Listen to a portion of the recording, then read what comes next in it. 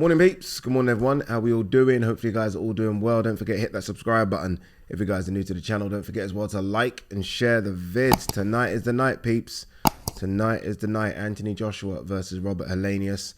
It's still a massive shame that it isn't AJ versus Dillian Whyte. That would have had a different energy, a completely different energy. The weigh-ins would have felt different as well. But look, the show goes on. Some decent heavyweight fights on the undercard as well. I have absolutely no idea how Chisora versus Gerald Washington is going to play out.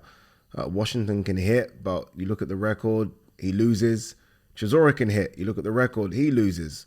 So look, I don't know what to expect. Gerald Washington in great shape though. I'm a sucker for good shape, and he is in great shape. And he's what, 41, 42? Dempsey, McKean, Hrgovic. I mean, Hrgovic should win, right? I mean, Hrgovic should win. He, before that Zhili Zhang fight, I think a lot of people, if they did their top 10 heavyweights, a lot of people would have had Hrgovic as high as 6, 7. I don't know if he's dropped off a little bit. He hasn't fought for a year. Obviously, I think he lost to Zhang, but he's still, without a doubt, a top 10 heavyweight. Dempsey McKean, I have no idea where he is.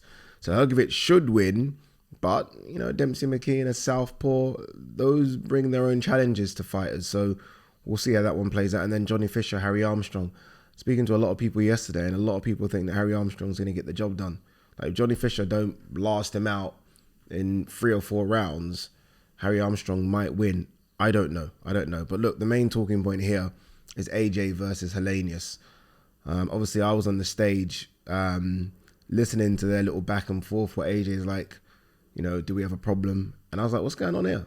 What's going on? What, a fighter can't look at you, AJ? What, a fighter can't stare you down and look at you? You're staring him down, he can't stare you down? I don't know what that was about. I'm not entirely sure. And the reason I said at the top, it would have been a different energy if it was Dillian Whyte at the weigh-in, because I'm not sure if that would have happened. I'm not quite sure, because I know that AJ would have known that Dillian Whyte has got the fuse just to fuck everything up, right? I mean, everyone on that stage is getting it if Dillian Whyte loses the plot. So that would have been interesting to see if AJ would have done that to Dillian Whyte. Helenius, a bit more, look, heavyweight boxer himself, right? Big guy, 6'6", mean looking dude as well. Didn't back down, but he doesn't bring that kind of energy. So yeah, I didn't really like that interaction, if I'm honest with you. I wasn't a fan of it, but it is what it is. I do wonder if that's AJ trying to psych himself up. Again, this is a guy that's been preparing for the last 11, no, that's not true. 11 weeks in camp, but 6-7 weeks for Dillian Whyte. And now lastminute.com, it's changed to Helenius. Like, there's already inbuilt anger for Dillian Whyte, right? There's this friction those two have. It isn't there for Helenius. I interviewed Helenius. He's such a nice guy. Such a nice guy. And I do wonder sometimes whether or not fighters almost want to create a bit of needle with nice guys so they can kind of get themselves up for it. And I wonder if that's what AJ was trying to do. But look, sitting down with Helenius, I don't know if you guys have seen the interview. It's on the Zone Boxing YouTube page. Just so humble. Honestly, so humble. This is a guy that was going to retire after the Wilder fight. And thought, what, let's just have one more go. And the reason he was going to retire, it was twofold. Number one, because he got knocked out, right? He got knocked out. He's got a family, got young kids, and he wants to be able to grow up with his kids, and he wants to be able to live a good life in the latter years. And that makes sense. You've got to think of your health. This is such a dangerous sport. And the other one was because he thought it's going to take him so long to get back to the top table where you're making good money. What's the point, right? I mean, if you make that Kalnaki money for the second fight and then the Wilder money, you don't really want to go back all the way down. But he said, you know what, we're going to give it one more go. So we had that little 6-rounder, blasted the guy out in 3, and then he gets the call for AJ, and it's like, wow, thank God I did continue, because he's going to be making good money. I wouldn't be shocked if maybe very, very high 6 figures, and because he's ultimately saved the card, maybe £1 million. I would maybe. I know it's off pay-per-view, but maybe, right? Because again, he saved the whole card. If AJ wasn't fighting, then the whole card isn't going ahead.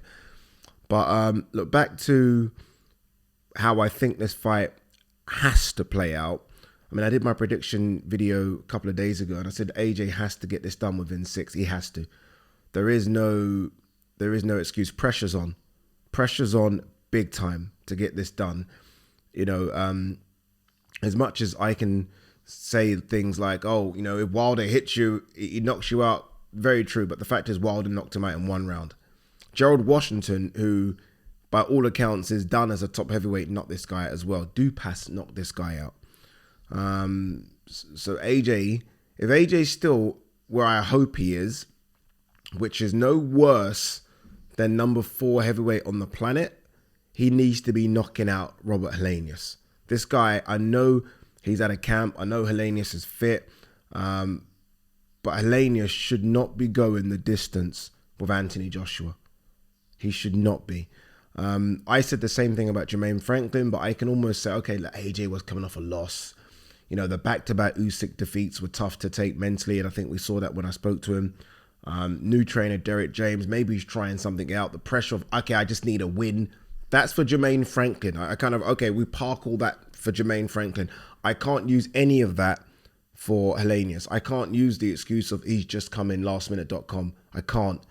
AJ should still be getting this job done. I think the first few rounds are going to be tricky because Helenius has power. Like, I've gone back and watched a few Helenius fights. It's power.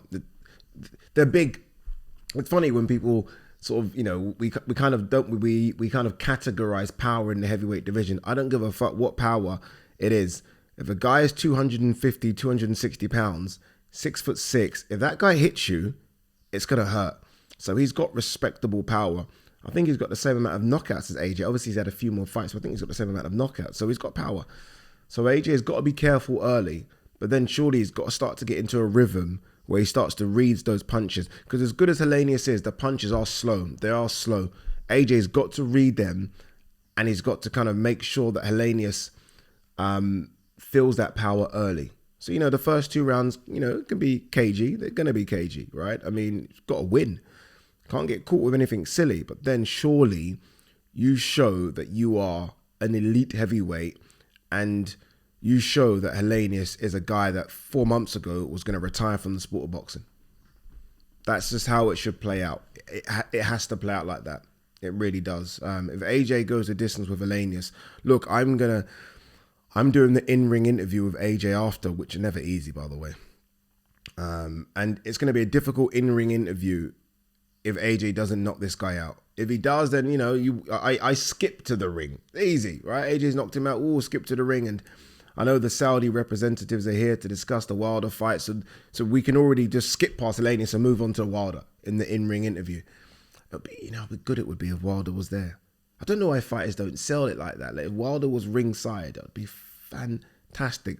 I remember when Wilder was ringside for one of Fury's fights. In fact, Fury was ringside for one of Wilder's early fights, and then Wilder was ringside for Fury's fight against Sefa Safiri, where Wilder jumped in the ring and I think he handed Fury his WBC belt. But you already start sowing the seed, don't you? If Wilder was there for this one, imagine the face-off after the fight. The internet would blow up. Internet would explode. But it doesn't work like that for some reason. But look, yeah, hopefully AJ gets the victory. And fingers crossed, if he does, we can then start the sell for the Wilder fight, because it will be a huge fight. It will be an enormous blockbuster of a fight.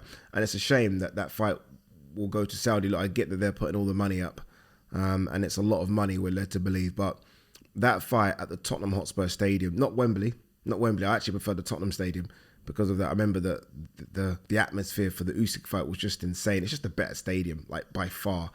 But if it goes, I actually think, I know Wilder's not as popular as the fighters I'm going to mention. So he's not as popular as Spence, Crawford, Tank, and Ryan. But I do think that fight could do Vegas. I really do. I think it could do Vegas, but it is what it is. It will be going to Saudi. But look, before we speak about that, AJ's got to get the job done in a few hours' time. How it works for me, a lot of you guys obviously want this kind of behind the scenes thing, and I do need to get a cameraman following me. I don't know why I haven't done that yet, by the way. It's so easy for me to do, and I think I can get accreditation for a cameraman. So the time I'm filming this at 10 o'clock in the morning, I'm going to go and get a little trim quickly. I could go gym for an hour as well, by the way, but I need to get there for around 4 p.m. I'm going to do a bit of a rehearsal. So basically, rehearsal is just me looking at the auto cue. So that's a screen where all the like, it's called a teleprompter as well, where all the writing is. I'll read through that. It's weird though. There's one thing reading through it in rehearsal, tick every box, easy. Another thing when everyone's in the arena and it's go time.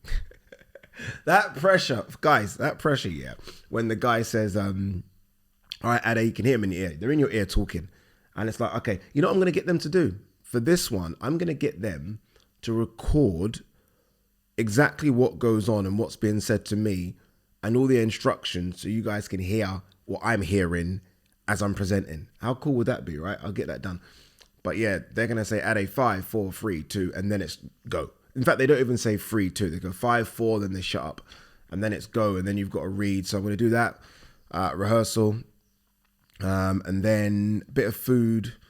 I'm going to bring my own food because of the diet. And then that's it, showtime. I'm on stage with Tony Bellew and David Hay. I think we've got a new reporter there as well. And yeah, that's it, man. Just enjoy the show. Sit back, enjoy some heavyweight fights, and come home and move on to the next one. All right, guys, girls.